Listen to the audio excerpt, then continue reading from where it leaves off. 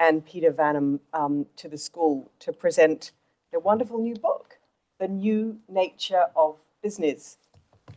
André Hoffman was educated at St. Gallen University and then at INSEAD before beginning his career at Nestle and then moving to take a role on the board of his family firm, in essence, Roche.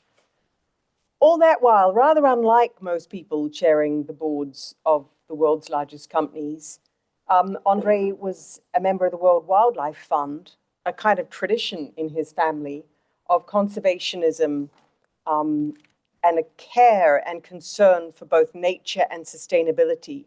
What I loved when I read this book is that it takes you right back to there and where this love of nature came from. It's a wonderful book. It's a book that when you read, you don't want to put down. And I thank André for, through his work, always showing a path for business to do much better for the environment and nature, not by doing business and doing something additional every now and then, but by doing the core business well, doing business itself in a way that is respectful of nature and sustainable in the long term. The other thing I wanted to take the opportunity to thank André on behalf of so many of you is for his support of the Weidenfeld-Hoffmann scholarships, which have brought so many brilliant students, brilliant graduates from around the world to Oxford every year. I can see nods in the front row. Hands up, who's a Weidman? So we've got a couple of Weidenfeld-Hoffmann students here. We've had many in the school, and they're out there doing things which would make you proud, André. Peter Vanham, André's co-author, is a very well-known and well-published journalist and author, and you'll get to hear from Peter during the questions. André's now going to present the book for 10 or 15 minutes while each of you thinks of the question that you want to put to André, because we're going to move straight then to a conversation between you and the book's authors. So thank you all very much, and please join me in a huge welcome to André Hoffman.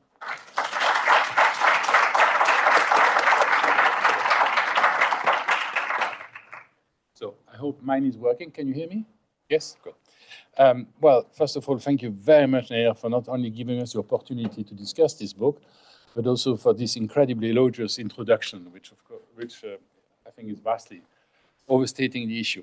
Yes, I have a little bit of a different profile than a lot of other people because I have had the opportunity to spend a lot of time in nature. The picture of the book is where I actually spend my youth. And at the same time, being born in the family that controls the largest pharmaceutical, well, not at the moment, but soon again, the largest pharmaceutical company in the world. And we find ourselves in these two worlds. And these two worlds have to have some connection because we are all in the same, on the same planet. And it's important that we understand what bridges we can build between the two.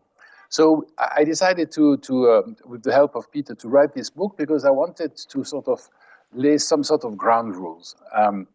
When I was born, there were about 3.5 billion people on the planet. Today, there are more than 8.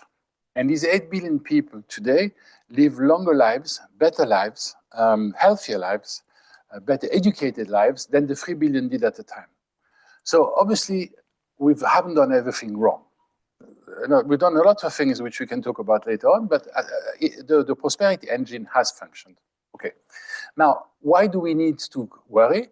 Because that prosperity engine is no longer working for the next push. The next 2 billion, the next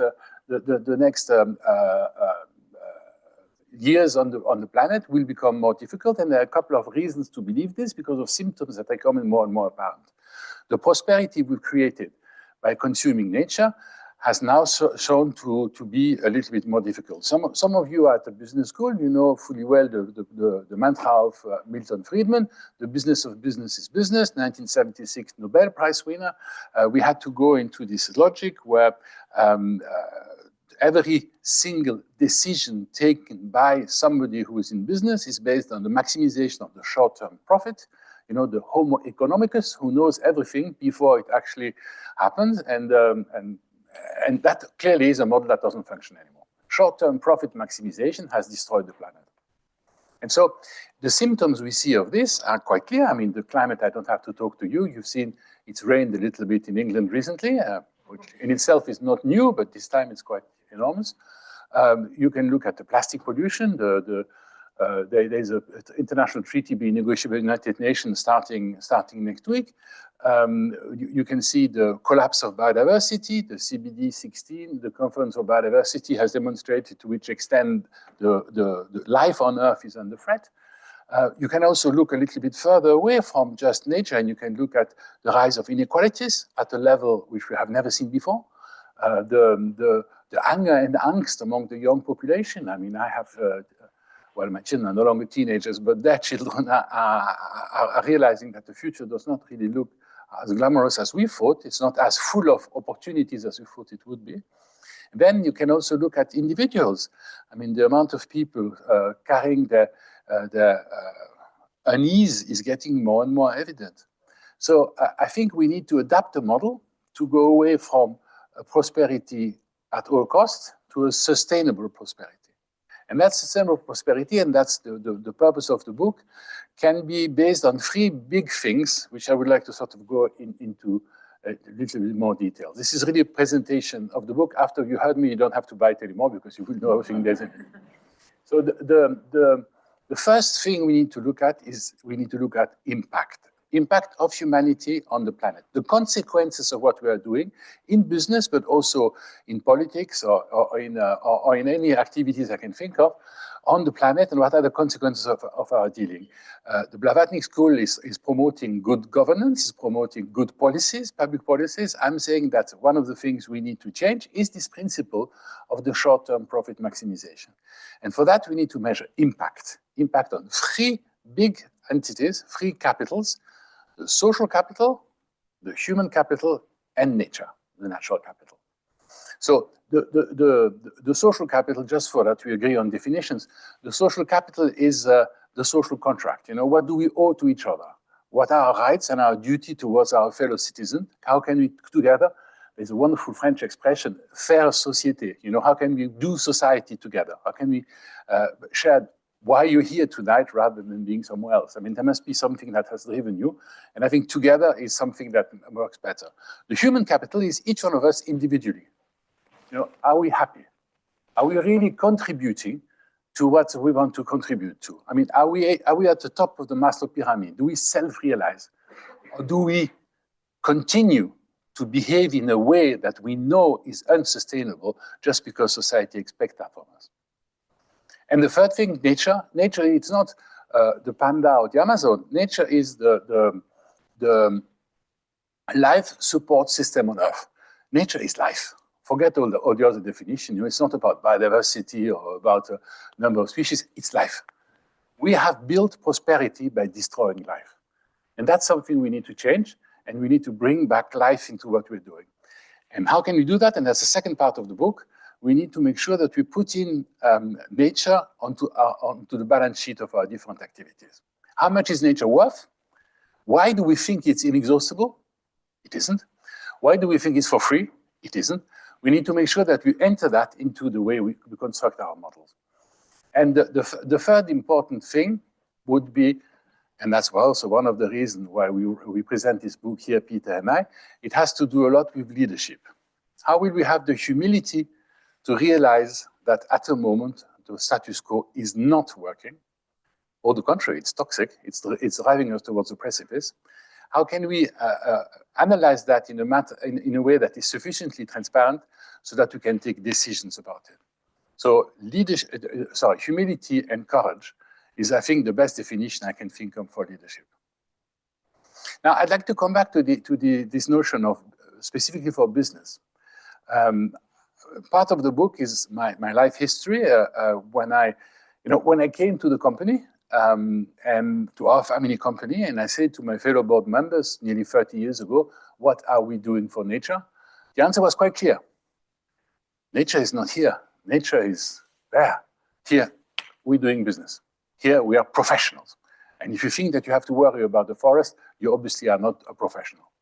Now, that's a little bit caricatural, but, and we've gone away from that. Now you see more and more of people realizing that planetary limits are something that you have to integrate into business planning. But at the time, it was very much considered that the only way to really do things properly, when I did my MBA at INSEAD, as Nea mentioned before, it was very clear that the professions were those who are going to do more with the common goods. They're going to privatize profits in order to become more successful. Today, we know that's not going to be possible in the long term, so we need to change that. And we need to get out of this definition of success based just on short-term profit maximization. And that's a tricky one, because if I look around me, the definition of happiness, the definition of success is still very much linked to materiality. If I don't do what my boss tells me to do, I won't be able to buy the Mercedes, I won't be able to buy the sac Louis Vuitton, my partner will leave me, my boss will sack me, all these things. And it pushes us into behaving in a way which I think does not correspond to what we really are. So this idea of being in a situation where you do something you don't believe in, the brain divided in two, the brain that knows and the brain that does. If you cannot do what you believe in, well, then you're ill. This is a disease, it's a pathology, it's schizophrenia. You need a doctor, or a molecule maybe, but not yet. You need to do something about it. And I think that if we really want to reform the system, if we want to bring it a step further, then we will need to address this corporate schizophrenia. And that's why I think that from the three capitals, the most important one is the human capital, us individually. We all have in us the possibility of do something to move the needle. The real thing we should be thinking about is the interdependence of these three capitals. How do they influence one another? Every time you cut a tree, you have an impact on people and you have an impact on society. Every time something happens in society, you have an impact on the other three. So how do we maximize this should be really our prime concern at the moment. That's really where we want to go. And the best way to do that, and again, I'm going back to my family company, when we realized that we didn't want the company to just work for shareholders, we had to find a way of diverting the creativity of the company into something different. And so we came up with this notion of defining the purpose of the company, or rather, stop here, start again.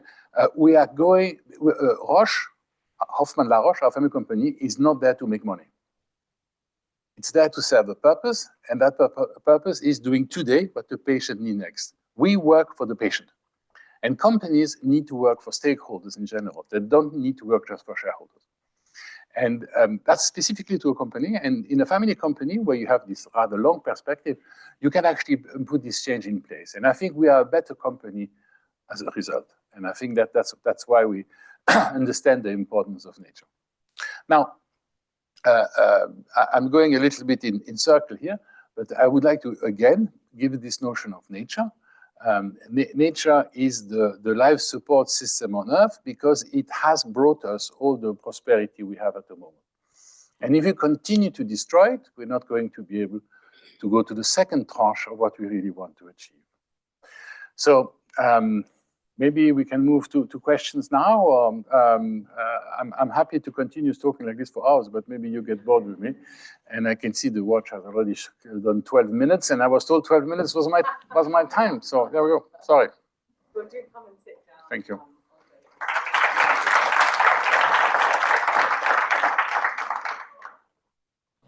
Join us, Peter. Right, well, let's move to your questions. Who would like to open up? Yes, and do introduce yourself before you ask your question. Let's take both questions up there. Sorry, we've got microphone just for me.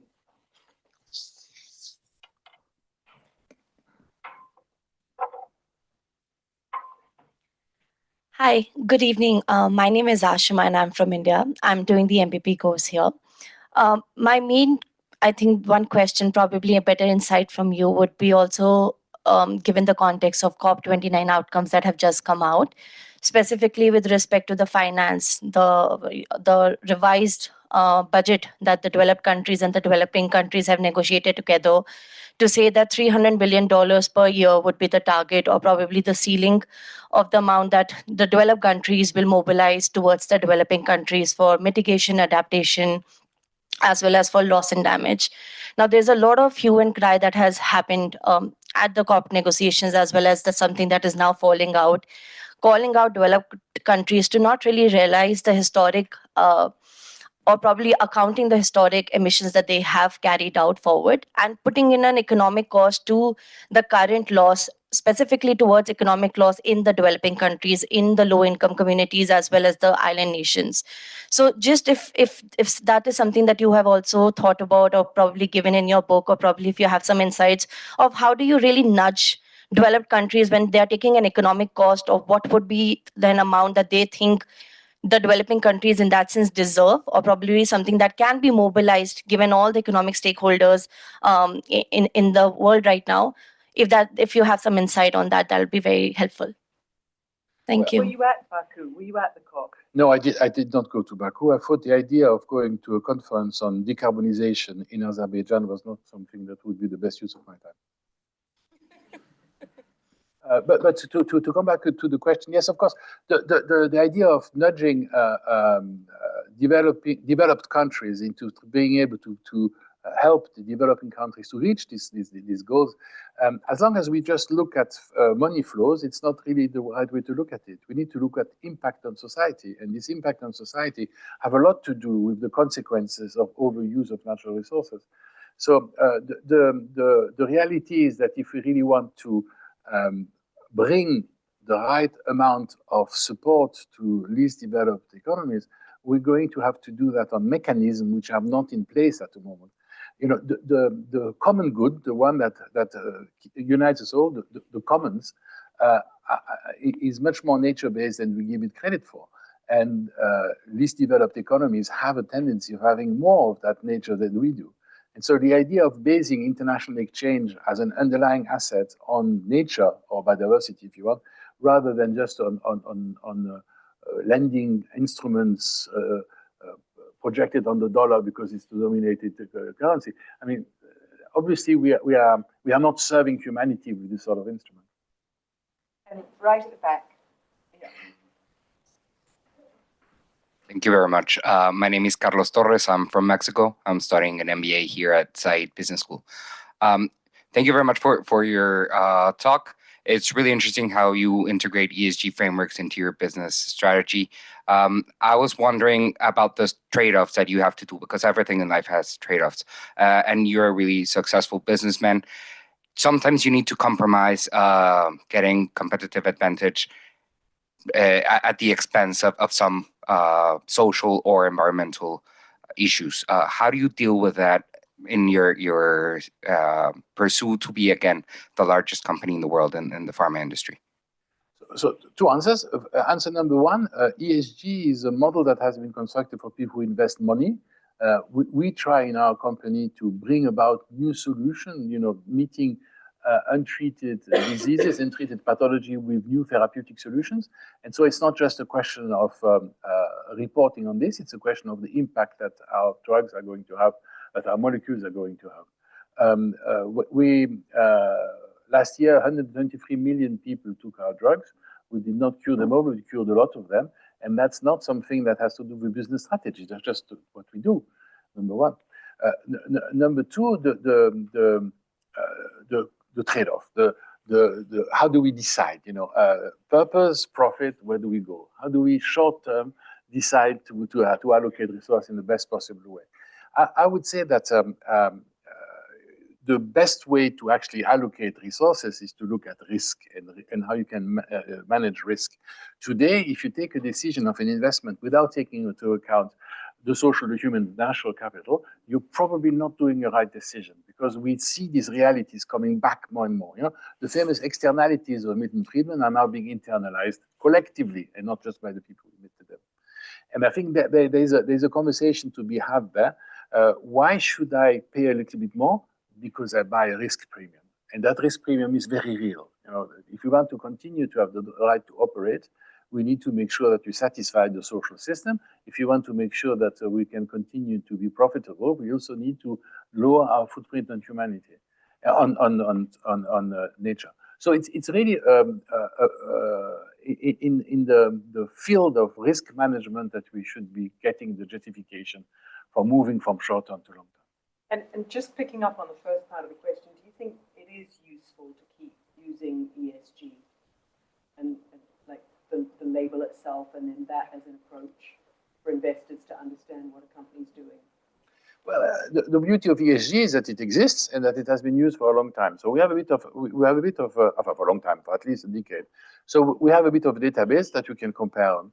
But I would argue it is a little bit too narrow. If we really want to look at the environment, we need to measure biodiversity in a way that is sufficiently transparent to be accepted by all.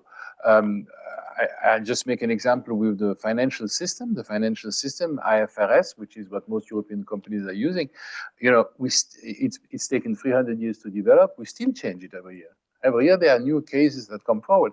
I think the accounting on impact is going to be going for the same thing.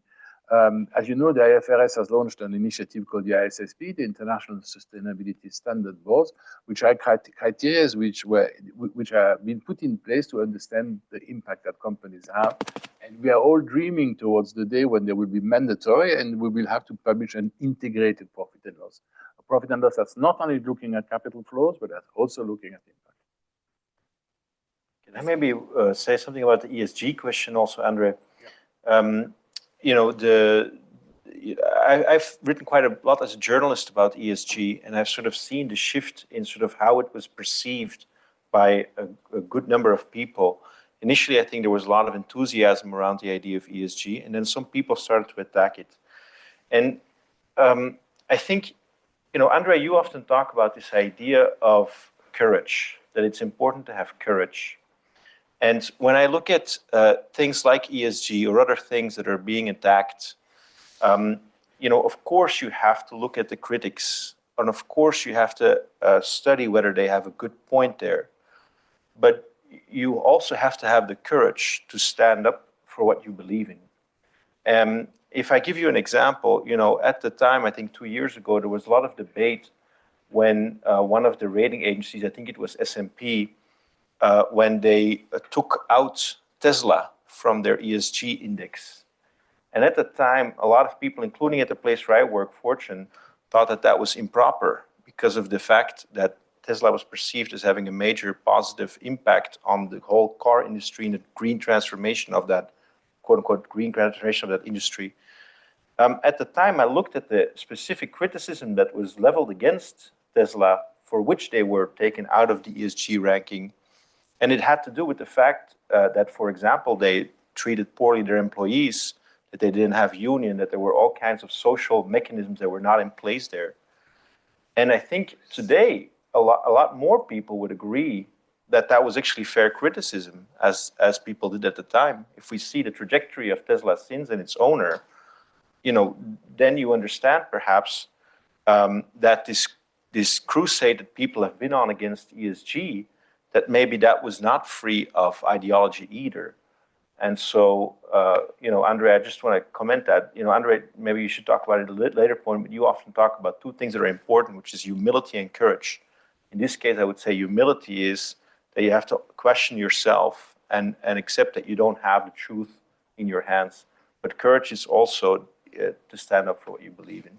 I think that what we're saying here is that the status quo as we know it is toxic. It's actually pushing us towards the precipice. We're actually not going to be able to stay successfully on the planet if we continue to be as we are. Now, that statement in itself requires courage, because that means you need to change. That means you need to go and see your neighbors and say, guys, we need to do it differently. And that in itself is much more powerful than ESG. I'm going to take these two questions right here, and then I'm going to we'll get round the room, but if I can take two.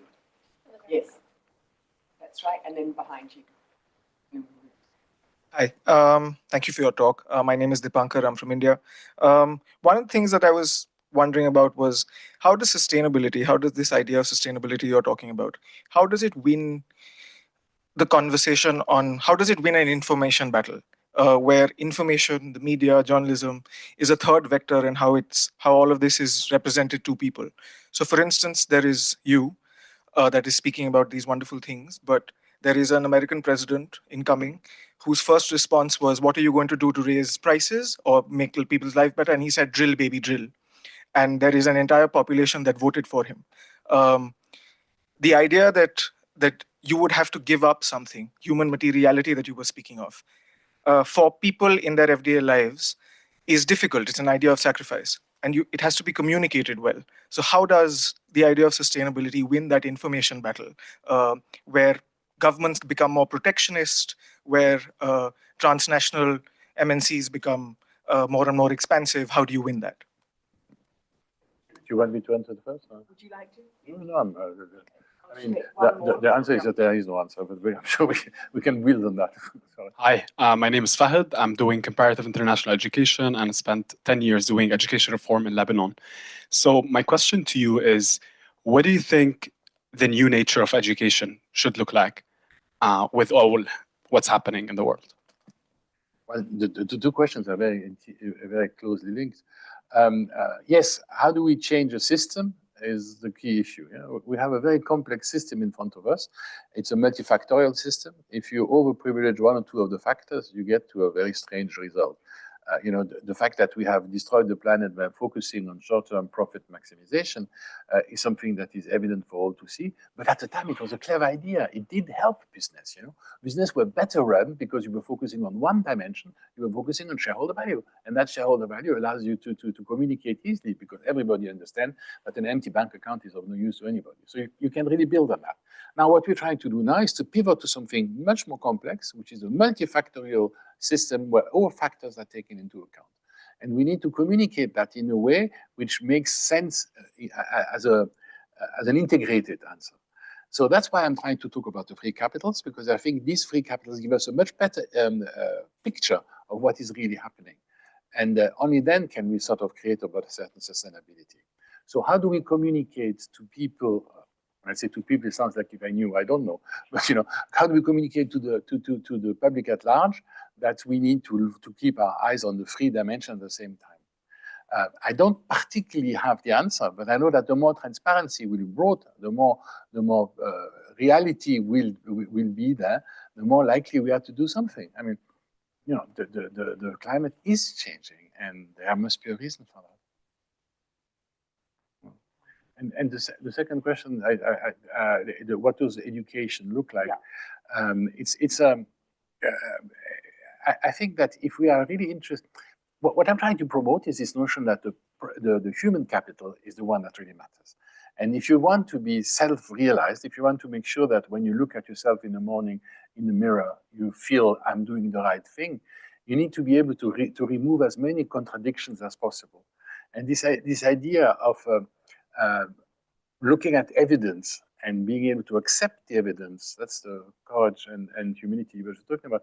The idea to be able to accept the evidence is already opening a lot of doors. But as long as we believe that there's only one way to do things, as long as we believe that everything is linear, we are not going to be able to really make a difference. We need to look at it in a stochastic way, in a chaotic way. Nature is a wonderful guide at that. Nature manages risk since billions of years. And how does it do that? By going in all directions at all time. So the idea of saying that we can manage risk after 150 years of modeling on the MIT computer, this is just not corresponding to reality. So my idea would be to say we need to push more humility, and we also need to take a bit of lesson of what happened before us. Next, yes. Could we have the microphone back up to here?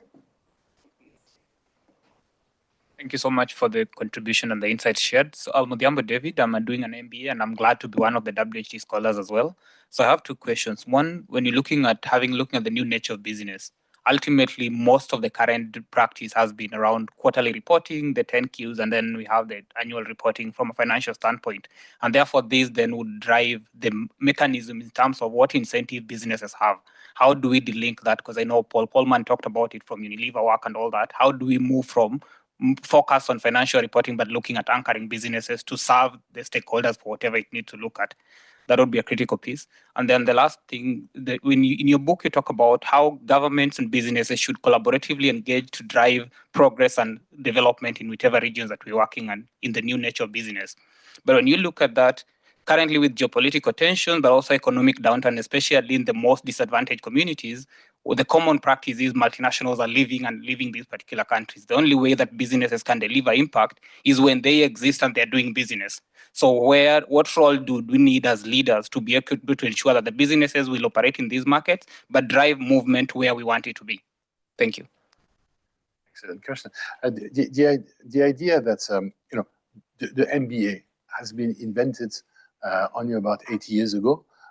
The Ford Foundation did most of the research at the time and wanted to talk about scientific management. We were going to go and take whatever is available and manage it in order to do it bigger, do it better. At the time, we needed simple models, and these simple models have now been embedded into the way we think, to a point where it is, also impressing our home personal life. We believe that being stronger is being better. Not sure that's always the case.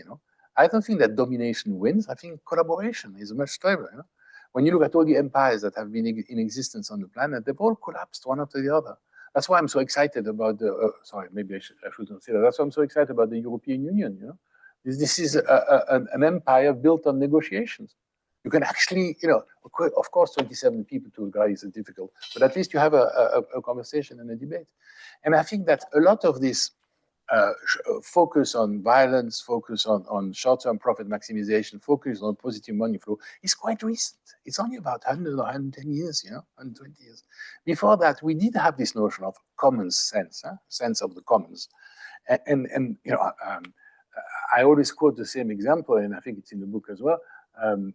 A company comes from the Latin compane, eating bread with somebody. So collectively, you can do something for the others, And that's not just a short-term profit maximization. It's much broader than that.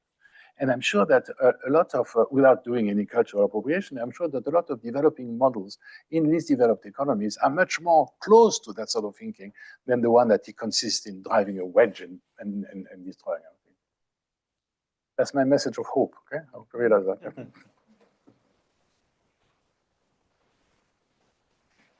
Hello, hi. Thanks for sharing your perspectives. My name is Vatsal Raj. I'm doing a BCL, which is a master's degree in law at Oxford. I'm also a Weidenfeld-Hoffmann scholar. I think everyone in this row is one. They will think I brought the audience. I'm sorry. My question to you is, do you think there's enough motivation within the industry to adopt this new nature of business, or do you think then it should be imposed by a third hand, which might be the lawmakers, might be international organizations? And if it is imposed, would you feel that it kind of runs counter to the idea of free business? And if it is not imposed, then we can only rely on the businesses themselves, which I think hasn't worked out well until now. So what's the way to actually implement the new nature of business?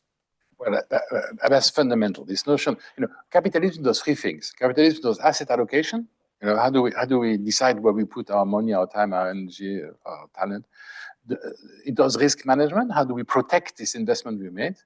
And then it does competition. And competition is, at business school, I was taught, and I did my MBA in 1990, I was taught the market will solve for everything. Just let the market decide. This is very much the Chicago School of Economics of the 70s, the group du Mont Pèlerin, people like Friedman, yes, but also Hayek and other people who have spent a lot of time theoretizing this idea of saying markets, once free, once unshackled, will be the book is called Unshackled, Atlas Unshackled. We'll continue to produce the value that people need. Well, this has proven to be not the case. What we really need is regulation. But regulation not in the sense I'm going to cut you out. Regulation partnership, the public-private partnership. How can we make sure that the regulator and how can we make sure that the businesses work together? And if you talk to a private banker, short term is important. If you talk to a public banker, if you talk to a central banker, their customer is the citizen, and most of the people who are working in these sectors have this notion of public good, commons. And so I think the reality is that we are not going to be able to resolve this just by leaving business alone. And that's why I'm saying you shouldn't work for shareholders. You should work for stakeholders. In our case, we work for patients, and other companies can work for their own stakeholders. But for all of us, but if you only focus on short-term profit maximization because of that sort of historical background, I don't think it will be successful. You can pass the microphone this way. Yeah, you. Hello, my name is Nikolai. I'm MBA, also WHT. So You're in the wrong row. In the wrong row. So in your book, first of all, thank you so much for presentation. And in your book, you discuss the principles of nature in the business that can be used and utilized. And as a business leader, how you think it can be actually measured, because it is very hard to put some metrics to it.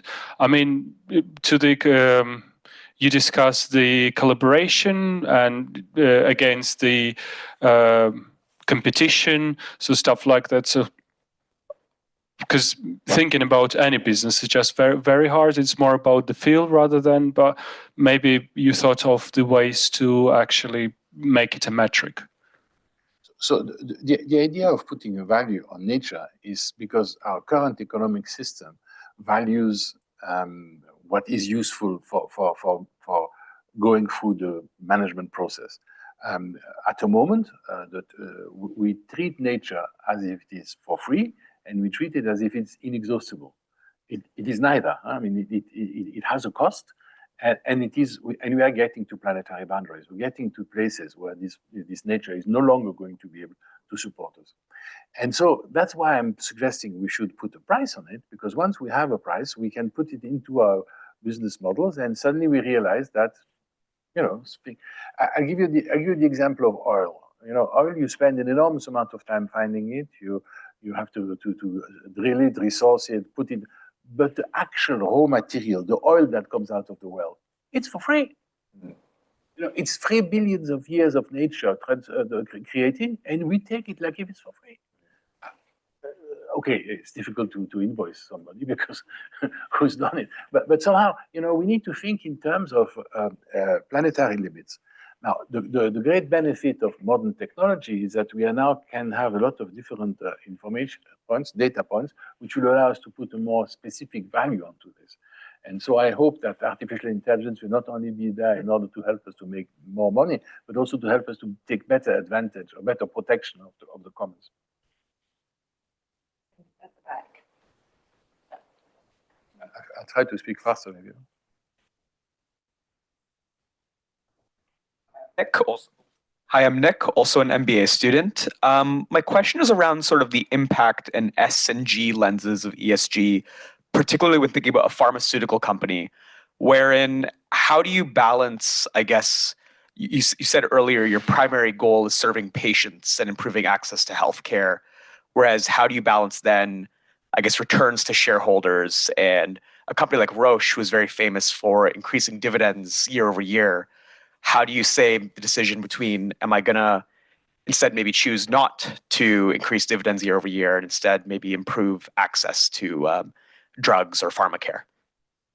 So we are a business. We are not an NGO. The idea is not to serve humanity at the cost of profitability. The idea is that you have to be profitable to be able to continue to invest into research, to be able to continue to come forward with the new solutions. We have free pricing of our drugs until the expiry of the patent, and so we need to make sure we make maximum use of that. The reason the dividend grows is because it lowers our cost of capital when we can have a share price that is at the right altitude. But I don't have to tell you that, you're an MBA student. But the logic of saying that entrepreneurial genius, which is obviously there, businesses have done a lot of very exciting things over the years. This entrepreneurial genius has been focused onto the wrong target.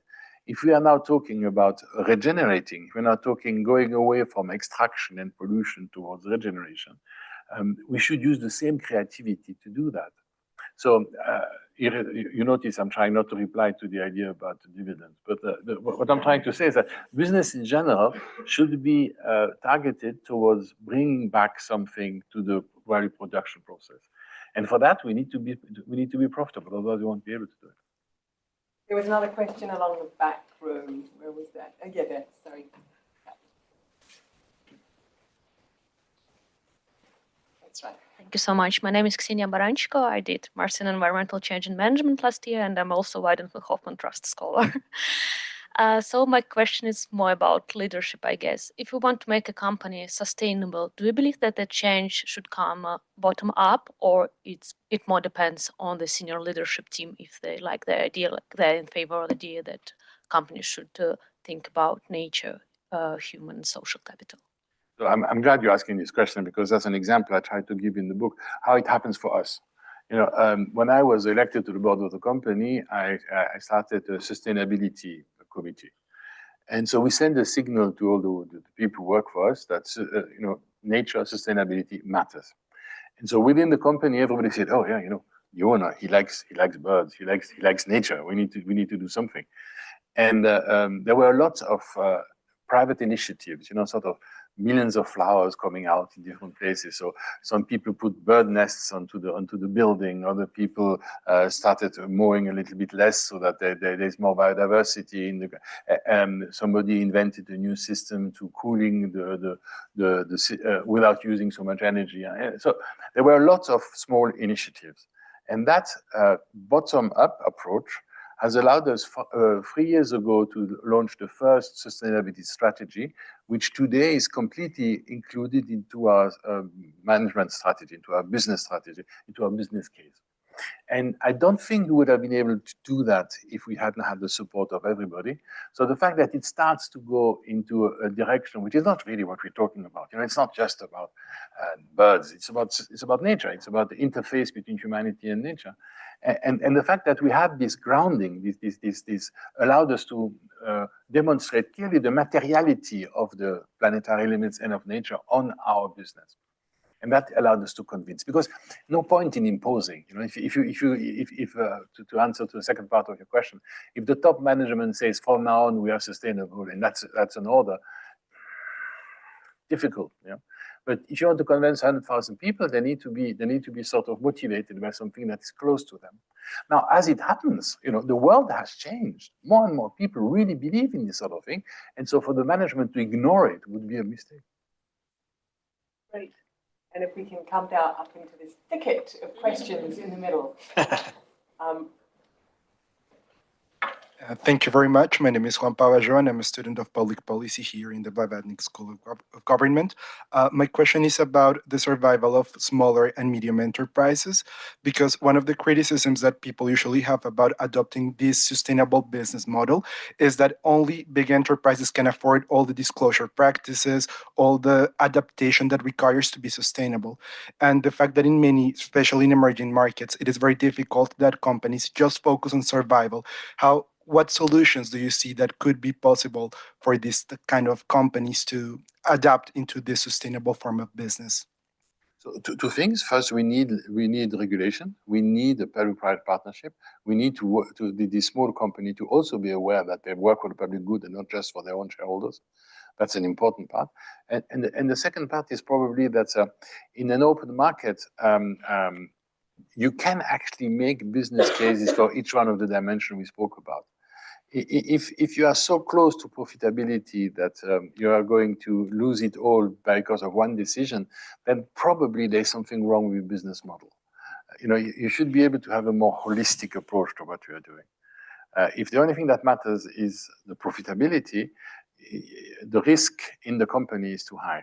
You need to be able to manage that. If you can pass it along one. Thank you. Hi there. My name's Shannon. I'm from Australia. I'm currently studying a Master's of Environmental Change Management.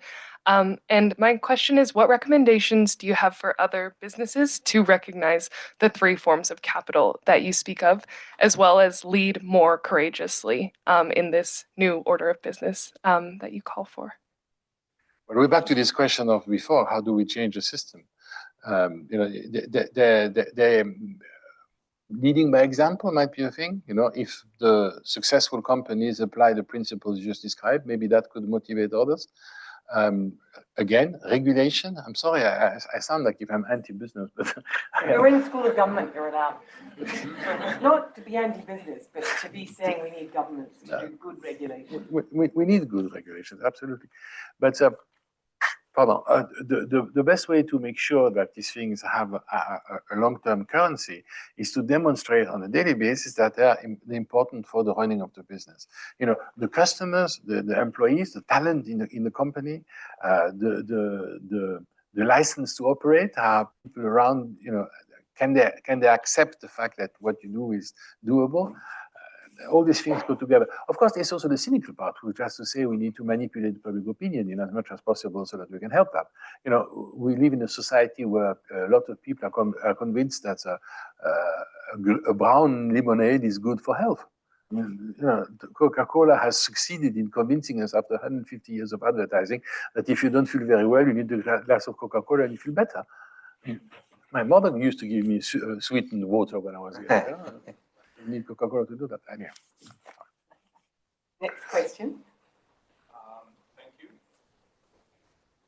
My name is Hatem. I'm Egyptian. I'm doing the MPP here at the School of Government.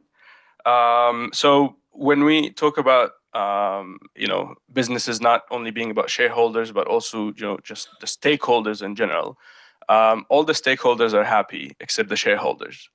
And the shareholders / investors are looking for an economic rate of return, usually based on some form of discount rate, right? And that discount rate looks at the time value of money. It doesn't look at the time value of the environment or any other aspect. So I guess similar to other questions earlier, that are looking at, the other parts of the ecosystem that would need to change to look at a new nature of business. Another part is the financial system. So what would a new nature of a financial system look like? What kind of change needs to happen? Also, just like trying to understand if you have in mind specific financial instruments, just a way to sell this to investors, more than just looking at factoring in ESG risk. Well, since we are among friends and we can sort of shoot at big targets, I'd like to suggest a very simple thing. The current financial system does not serve humanity. We are not measuring the right things, and we are not recompensing the right things. The underlying asset on which we are trading on our constant financial system, we were talking about central bankers before, that particular underlying asset is trust.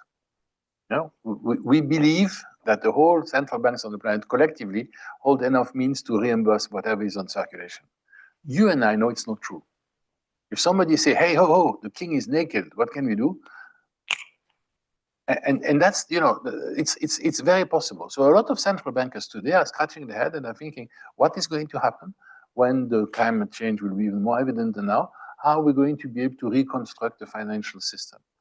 And one of the things that comes as an idea is to say that 80 years after Bretton Woods, we need to reconstruct the whole financial architecture by creating a system no longer based on gold or on trust, but based on the only true commons good, which is nature.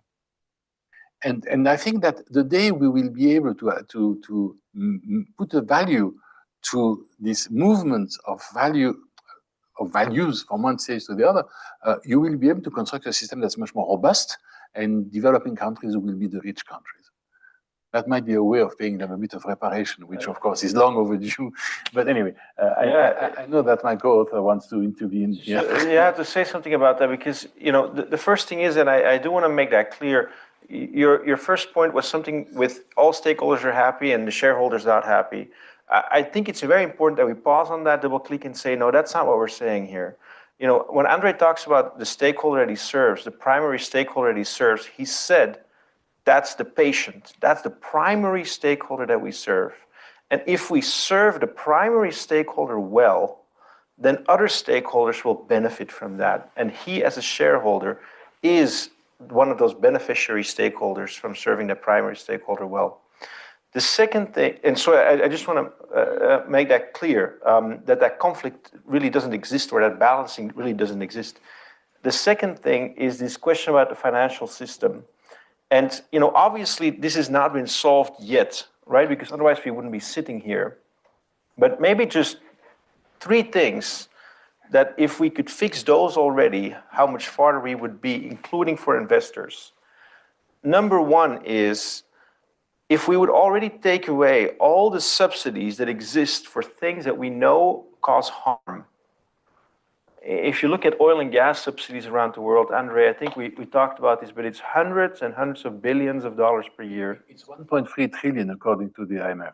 Yeah. So imagine already how much the financial system would change if you would remove $1.4 trillion per year from the system in terms of subsidies, how much the calculation of many actors in the financial system would change.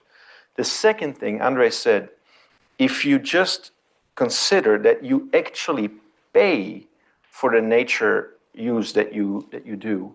So it is true, think about this, that when you dig up oil, André just said it, but let's just think about it again. You pay for a lot of things, but you don't pay for the natural resource. You do not pay for that. You pay a license to the government, and you pay for machinery, and you pay for the transport, but you don't pay for that.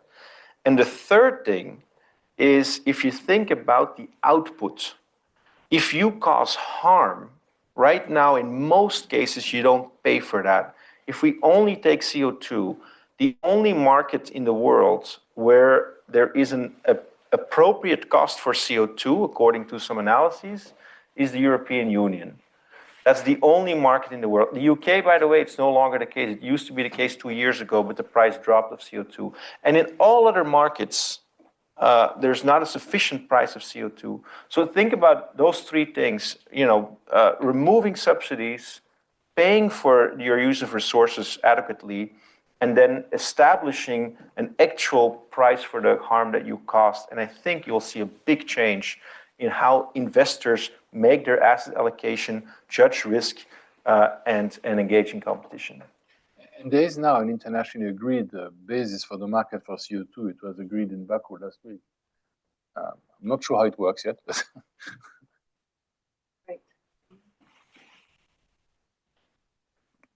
Thank you so much, André and Peter. I'm Omneil Omrani. I'm also Egyptian. I'm a physician and I work on the intersection between climate change and health. And my question is around health. Would it make a compelling argument for businesses when they understand how our health depends on nature, and at the same time, when we put nature on our balance sheet, there's the risk of devaluating nature. So would that compelling argument of health, of human health and the health of our children and younger generations be relevant for businesses to not only protect nature, but also invest in nature-based solutions? So thank you very much for the question. You're absolutely right. Healthy people, healthy planet go together. I mean, we can talk about the emergence of horrible diseases that are, you know, the zoonoses that are created by human encroachment into nature, but we can also talk about mental health and resourcing that nature can bring to us. We are the apex species of the planet, and we are dependent on the well-functioning ecosystem to continue to flourish. And, you know, that very statement said in a school of business would kick me out. You know, this is so we need to make sure that in the governance of the future looks at this sort of immaterial value of nature as well. It's not just a question of putting a price to it. I don't think that it denaturates nature by putting it on the balance sheet. This is a conversation I often have with my friends from NGOs, because, you know, NGOs are telling us nature is sacred. You should never use human methods to look after it. I think that's probably a bit short-sighted. We have a system that functions. Let's use it to respect nature more. And if it has to be because of money, I think the system has proven its worth. Did you already have a question? No, you didn't. Oh, we've got one here and then one here. Thank you very much for sharing. I'm Hugo. I work in research management and previously studied management at INSEAD, where the learning has changed a little. It got better on integrating external things. I have a question for the three of you. We're here in a public policy school discussing business as a force for good. Do you think we lack some cross-pollination between policy leaders that really have a way of thinking long-term solutions and business ones who are a bit short-sighted usually? That's not the question for me, is it?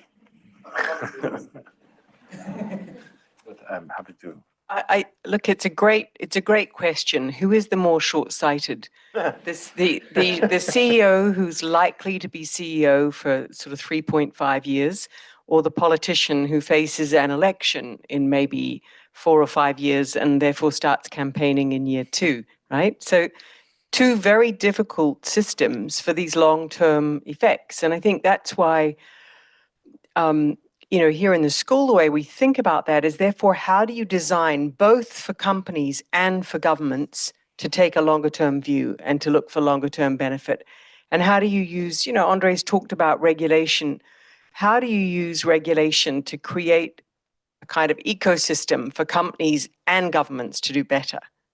And you look very skeptical about whether this actually answers the question. And I do think working, one of the things that we try to do here in the Blavatnik School is get governments and business to work together in something other than the lobbying relationship. And that's really hard because most businesses, if I ask André to come to a meeting as Roche, representing Roche, with business regulators and ministers, then him being André, he'd probably say exactly what he said tonight. But most people representing their company would accept the invitation in order to lobby the ministers. And that's exactly what the minister would be expecting them to do. What we've discovered is if we bring them into this space, which is a different space, and if we have a couple of researchers who know about the material, then you can try and elevate the discussion into a discussion of expertise, where the minister actually understands what the business is doing and understands what best practice in other places looks like. And so you just try and elevate it so it becomes a discussion of expertise instead of lobbying. But that can be hard. I find that an extremely interesting view of things because, I've been thinking about this word, you used cross-pollination. I'm a journalist, so I like to think a little bit about etymology and things like that. There's definitely no lack of cross-pollination if you consider that like business, sort of pollinates governments and then something grows from it. It's not very pretty what you see growing from it today, but it's definitely not lacking. The US government basically is I won't call it a flower, but definitely it's business leaders who've taken over government, right? That's the government we're going to see. But on the other hand, what I think is absolutely true, and I've seen this myself. I remember one dinner I went to in San Francisco with business leaders from the tech world, and there were people from policymakers or even just people from think tanks. And it was incredible. Those business leaders that I met at my table, they were all like, wow, this is so interesting to like talk to somebody, that thinks about public good and like get to know them and like hear from what the perspectives that they have. And I just couldn't believe that they said that was the case. I think that we try to influence each other, both of them, or we try to sort of, dominate each other, whether you're a business or a government, you try to dominate the other, but you don't actually listen to each other. And I think that's what's lacking. What do you think, André? Well, if you really want to change the system, you have to look at who is going to do that. And if I look at the horizon, as you said very rightly, the politician is 4 years. The universities, like Oxford, they produce wonderful papers. The primary objective is to have it published, preferably peer-reviewed, and then after that, nothing much happens. So I don't think we can rely on just a university to do the change. NGOs have to satisfy their members.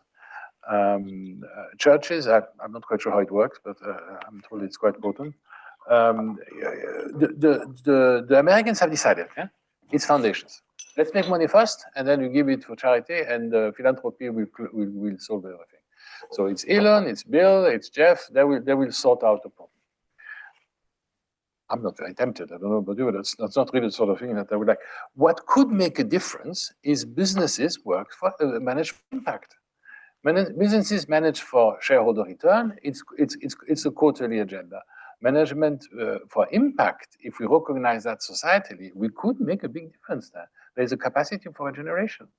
And, that's why I still believe that what business could do, you refer the INSEAD and the institute we started there. The idea is really, to introduce sustainability in the business management. There can be such a thing as business as a force for good if we don't measure it just in terms of value created. That would be my 2 cents. Thank you so much. My name is Veronica. I'm a WHT scholar, as you can see from my uniform. Thank you so much for this opportunity. Thanks to that, I'm pursuing Master of Public Policy here at the Blavatnik School of Government. I'm from Ukraine, and that's why my question is, how ethical is to continue business in Russia since their full-scale invasion? For example, almost 3 years ago, when Russia invaded many international companies, they declared, we are exiting Russia, we are stopping our investments, whatever. But right now, some of them, they're actually resuming their activities, and they continue paying taxes, and actually they are financing the war. So my question is, whether is it an ethical behavior to stay in the country and actually to finance the war, or how we can, for us Ukrainians, what would be your recommendation, how we actually can help and advocate of exiting really ethical business exiting from Russia? Well, for us in the pharmaceutical industry, these questions are a little bit different. There are patients in Russia. We have to continue to deliver the drugs. We cannot, condemn them to death because some government has taken some very silly decisions, very cruel and rude decisions. So I think there's a slight difference on that. Now, how can we reintroduce ethics into business? That's a much broader conversation, which perhaps is more appropriated for the for the School of Governance than it is for my own daily practice. But it's absolutely clear that if you break rules, you're going to have to pay the price for it. And people who are sort of let me take a completely different tack. You talked about taxes. Our job, our company, is to save lives. That's what we do. And our taxes are buying guns that are going to kill people in Ukraine. I have great difficulty in reconciling that, but that's the way the balance of power within our respective countries function. Every day, you know what I mean. André, if I can add something, because I saw you, I think, a few days after the invasion in Ukraine happened, and I remember that you were really shocked as an individual about that war was happening. I think one of the great unsolved challenges that we now face, and I'm like probably everybody here, I am also very sorry to see that. So I'm very sorry for the situation that you and your family and your friends have to go through. But if we bring it back to sort of the topic that we're discussing, I think one of the great unsolved challenges that we face in the world is that you have at the same time business and global business, and no longer a move towards democracy. I think one of the prerogatives on which you can say that business works, this is sort of the Martin Wolf view of the world, that capitalism and democracy should be forces that go hand in hand, even though there are paradoxes among them. And And this is the problem that we're facing today on a bigger scale, is that a lot of the businesses are now finding themselves working in countries that are no longer democracies. If Russia was a true democracy, there would be accountability from the citizens about whether or not the government can use its resources, including the ones that it takes from companies, for waging a war against another country and innocent people. And that's not the case. That doesn't always work so well in democracies. Yeah, that's true. But, you know, I do think that we have to accept, you know, was it Churchill or who was it? I don't know if Churchill is the right thing to evoke, but I do think we have to accept that democracy is imperfect, but that in terms of governing, it is the system that... Oh, you know, sorry, yeah. I was just intervening on the point that your presumption was that Russia went to an illegal war because it wasn't a democracy, but we could cite several democracies that have gone to war illegally. And I think that I think that if that is the case, then as a business, you no longer have the ethical passport to say, I continue to operate in that country. That's my point of view.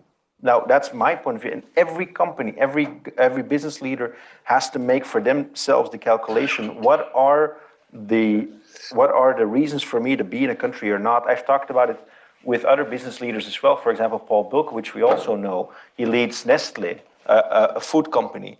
And he's very clear about this. He says, I will always continue to operate in any country in the world because I supply food to people.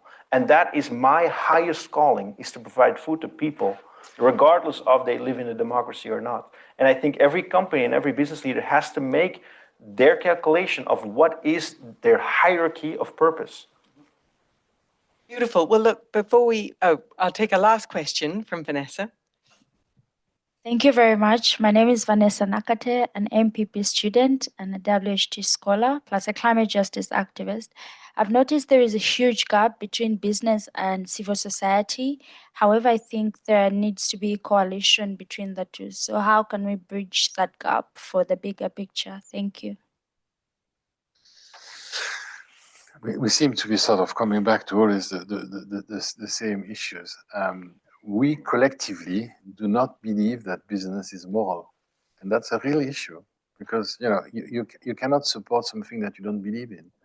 On the other hand, collectively, we're also well aware of the fact that if we don't have the value creation brought about by businesses and the prosperity that we are aspiring to and that we will need when we are 10 billion people on the planet will not happen. So we need to reconcile in our collective mind this love for the company, this recognition that entrepreneurship is something of value that can contribute. Maybe the last 50 years have been too focused on to defending old models rather than to creating new ones. But that true public-private partnership where the public good and companies can work together is perfectly possible. And we all know the companies who do that. But as long as it's not enters into our general psyche that it is a possibility, we will constantly defy each other, and that's not helpful. And if I can jump in, I mean, I do think that in every company, you'll have people that think they should never speak to NGOs, and there will be some people who think they should. And likewise, in almost every NGO, there'll be people that think you should never speak to companies, and there'll be some people that think you should.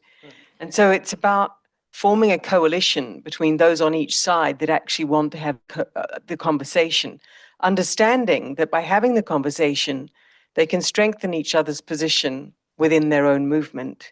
And I think that's important. But look, we're not going to close the discussion. We're simply going to move it to have it in the Inamori Forum with a glass of wine or a drink and give you a chance to mingle a bit. But before we do that, André, I just wanted to come back to each of you and Peter to say, give us one positive either suggestion from the book or surprise that you've had working on these issues over the last decade, but point us on a pathway forwards. You start? Okay, sure. You know, as part of the book research, one of the pleasures that I had was visiting one of the places one of the companies that André had invested in, Energia, André. which in fact, I was thinking back of that question of earlier on of like the small companies being able to do good. And you know what I saw there, Energia is a small company that works with small towns in Switzerland to produce renewable energy locally, and then to consume it and to have it produced locally. And it's like a really nice sort of, and what I found wonderful to see is that that model actually worked. Energy is one of the most crucial things to having life and to having a prosperous life.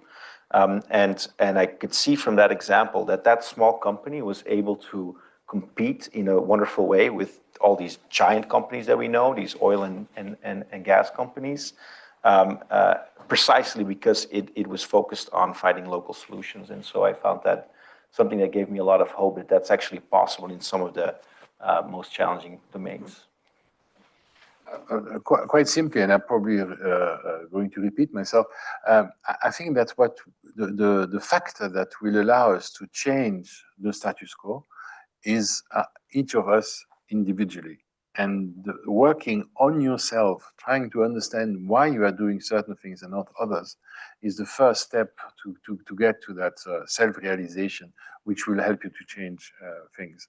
You know, you cannot get sustainability without balance, and you cannot get balance without a certain degree of happiness. You need to be proud of yourself, and you need to start today. You know, don't do things you don't want to do, and don't do things that you know are wrong. And we do that so often. And I'd like to add one, which is to your point about how do you win the communication battle? Just 2 data points on that, which I think are important. Ali Hochschild, the American sociologist who wrote the, I think, very brilliant book, Strangers in Their Own Land, after finishing the book, went back to the then Trump voting communities that were anti the climate movement, and to find where could you build common ground. And the lesson is one that we all need to take so seriously, which is don't talk about sustainability and climate. Talk about the things that actually matter in people's lives. Talk about clean food. Talk about clean water. Talk about clean air. It gets you to the same place. So the communication must start with what people themselves experience and value. And the second data point, a few years later, the OECD published a study looking at where it was that on sustainability you could get very polarized communities to work together. And in a similar vein, it showed that it's the practical projects. So it's the more esoteric, the more abstract, the more intellectual the project, the more people will polarize. If it comes to planting a local garden, you'll get people of every ideology to engage in that practical project. So I don't think we need to give up on the communication war. What a wonderful discussion we've had tonight. I think there are so many pathways forward that Peter and André have given us about how business and government can work together, about how the purpose of companies and the way in many countries purpose has now become part of their corporate governance legislation to unleash that, about taking away subsidies so that stop doing harm through your taxation system, about carbon pricing and setting a value on nature, not because you want to devalue it, but because you want to make sure that it's not being treated as a free good. But mainly just a lesson about, as you put it, André, humility and courage. And if you'd all like to join me now in hugely thanking our speakers and then coming and joining us all for a drink in the forum.